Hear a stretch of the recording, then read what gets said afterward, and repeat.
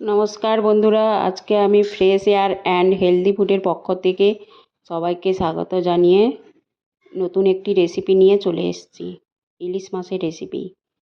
ইলিশ মাছগুলোকে ধুয়ে কেটে নুন হলুদ মাখিয়ে রেখে দিয়েছি। এরপরে এই দেখুন সুন্দর করে আমি সাজিয়ে নুন হলুদ মাখিয়ে রেখে দিচ্ছি। দেখুন একটা প্লেটে করে সুন্দর করে সাজিয়ে। এরপরে আমি কিন্তু বেগুনগুলোকেও কেটে ধুয়ে নুন হলুদ মাখিয়ে নিয়ে রেখে দিয়েছি। তারপরে আমি কি করছি, কড়াইতে ফ্রাই করতে দিয়েছি।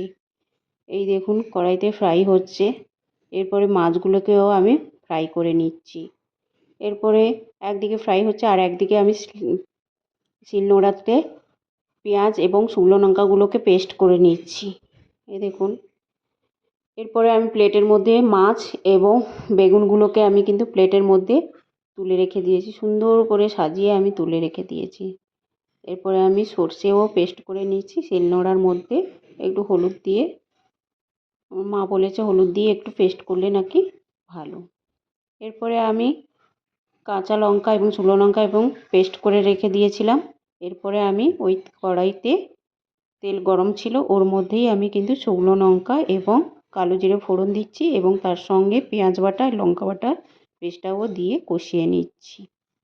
এরপরে আমি টমেটোটাও দিয়ে দিচ্ছি, দিয়ে 2-4 মিনিট কষিয়ে নিচ্ছি। কষানোর পরে আমি কী করছি, সর্ষেটাকেও আমি দিয়ে দিচ্ছি, সর্ষে পেস্টটাকে। ওই সর্ষে পেস্টটাকে দিয়েও কষিয়ে নিচ্ছি। বেশিক্ষণ কষাবো না সর্ষে, কারণ সর্ষে বেশি কষালে তেতো হয়ে যায়। তাই অল্প সময় ধরে আমি 2-4 মিনিটের জন্য কষিয়ে এবার নুন হলুদ আমি দিয়ে দিচ্ছি। দেখুন আমি কিন্তু লঙ্কার গুঁড়ো ইউজ করলাম না, আমি কিন্তু বাটা লঙ্কা ওই সর্ষের মধ্যে এবং পেঁয়াজের মধ্যে ছিল, ওই জন্য আমি আর দিইনি। এরপরে জল দিয়ে পরিমাণ মতো ফুটছে। ফোটানোর পরে এবং এরপরে কী করব, আমি বেগুন এবং মাছগুলোকে সুন্দর করে ফুটতে দিচ্ছি, দিয়ে দেবো এবং 10-15 মিনিটের মতো আমি ফুটিয়ে নিচ্ছি। ফোটানো হয়ে গেলে গরম ভাতের সঙ্গে এটাকে নামিয়ে সার্ভ করে নেব এবং খেতে কিন্তু বন্ধুরা দেখুন অসাধারণ লাগবে।